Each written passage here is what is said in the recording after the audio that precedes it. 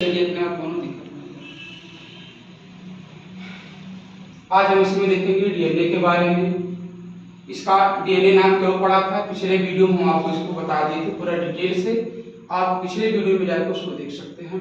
DNA का पूरा नाम होता है डीऑक्सीराइबोन्यूक्लिक एसिड। ये 3 घटकों से मिलकर बना होता है। इसके जो 3 घटक होते हैं, पेंटोज शर्करा होता है। डीएनए में जो पेंटोज शर्करा पाया जाता है वो डीऑक्सीराइबोज पेंटोज शुगर पाया जाता है। इसका जो फार्मूला होता है C5H10O4 होता है। इस प्रकार का कहीं भी लिखा हुआ आपको मिले तो आप तुरंत जानिए कौन सा शर्करा है, डीऑक्सीराइबोज पेंटोज शुगर है।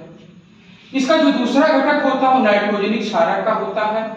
जो डीएनए में नाइट्रोजनिक क्षारक पाए जाते हैं, एडेनिन पाए जाते हैं, ग्वानिन पाए जाते हैं, साइटोसिन पाए जाते हैं और थाइमिन। डीएनए में 4 प्रकार के नाइट्रोजनिक क्षार पाए जाते हैं। एडेनिन से हम एडेनिन को इसे प्रदर्शित करते हैं, ग्वानिन को जी से प्रदर्शित किया जाता है, साइटोसिन को सी से प्रदर्शित किया जाता है और थाइमिन को टी से प्रदर्शित करते हैं। इसका जो तीसरा घटक होता है, तीसरा घटक में इसके फास्फेट समूह आ जाता है। इसका फार्मूला होता है H3PO4।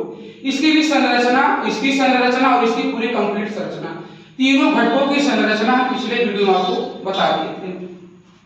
जो आपका डीएनए होता है ये न्यूक्लियोटाइड का बहुलक होता है।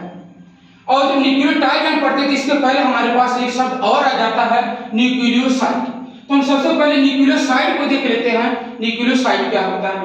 न्यूक्लियोसाइड 2 घटकों से मिलकर बना होता है। इसमें 2 प्रकार के घटक होते हैं, एक नाइट्रोजनिक क्षार होता है, दूसरा पेंटोज शुगर। जब नाइट्रोजनिक क्षार और पेंटोज शुगर आपस में मिलते हैं, इसके मिलने से जो संरचना बनती है वह संरचना हमारी न्यूक्लियोसाइड की होती है। आप यह संरचना को देख रहे हैं, ये जो हमारी संरचना है ये हमारा पेंटोज शुगर की संरचना है।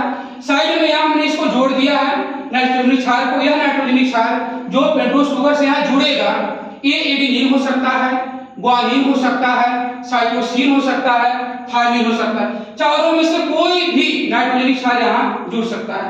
यह जो नाइट्रोजनिक क्षार पेंटोज शुगर से यहाँ दोनों आपस में जुड़े होते हैं, एक बंध के द्वारा आपस में जुड़े होते हैं। जो बंध के द्वारा जुड़े होते हैं इसको एन ग्लाइकोसिडिक बंध कहते हैं। जब यह दोनों आपस में जुड़े होते हैं नाइट्रोजनिक बेस और पेंटोज शुगर, तब जो दोनों संरचना मिलकर बनाती है वह संरचना न्यूक्लियोसाइड की बनती है। जब हमारा न्यूक्लियोसाइड बन जाता है तो हम दूसरी बात करते हैं अपना न्यूक्लियोटाइड का।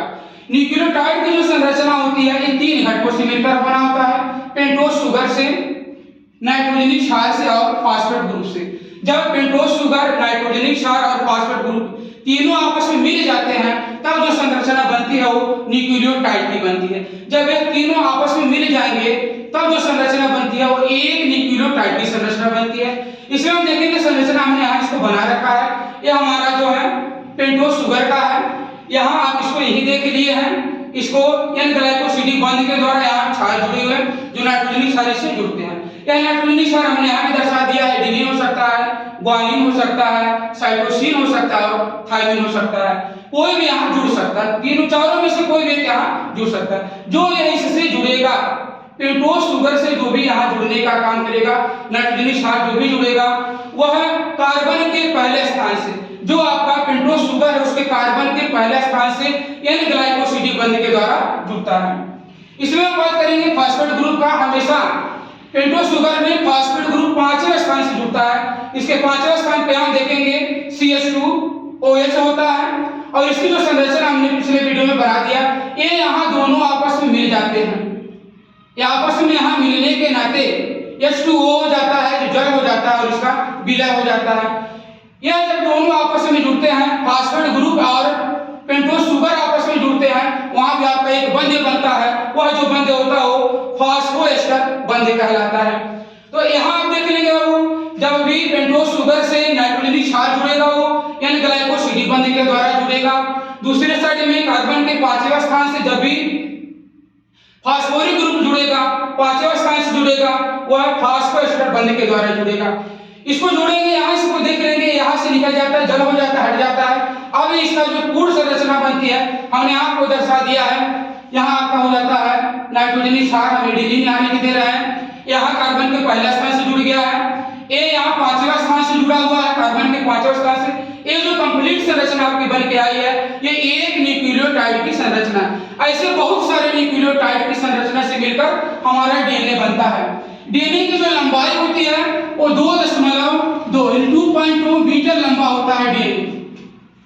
2.2 मीटर लंबी डीएनए होती है।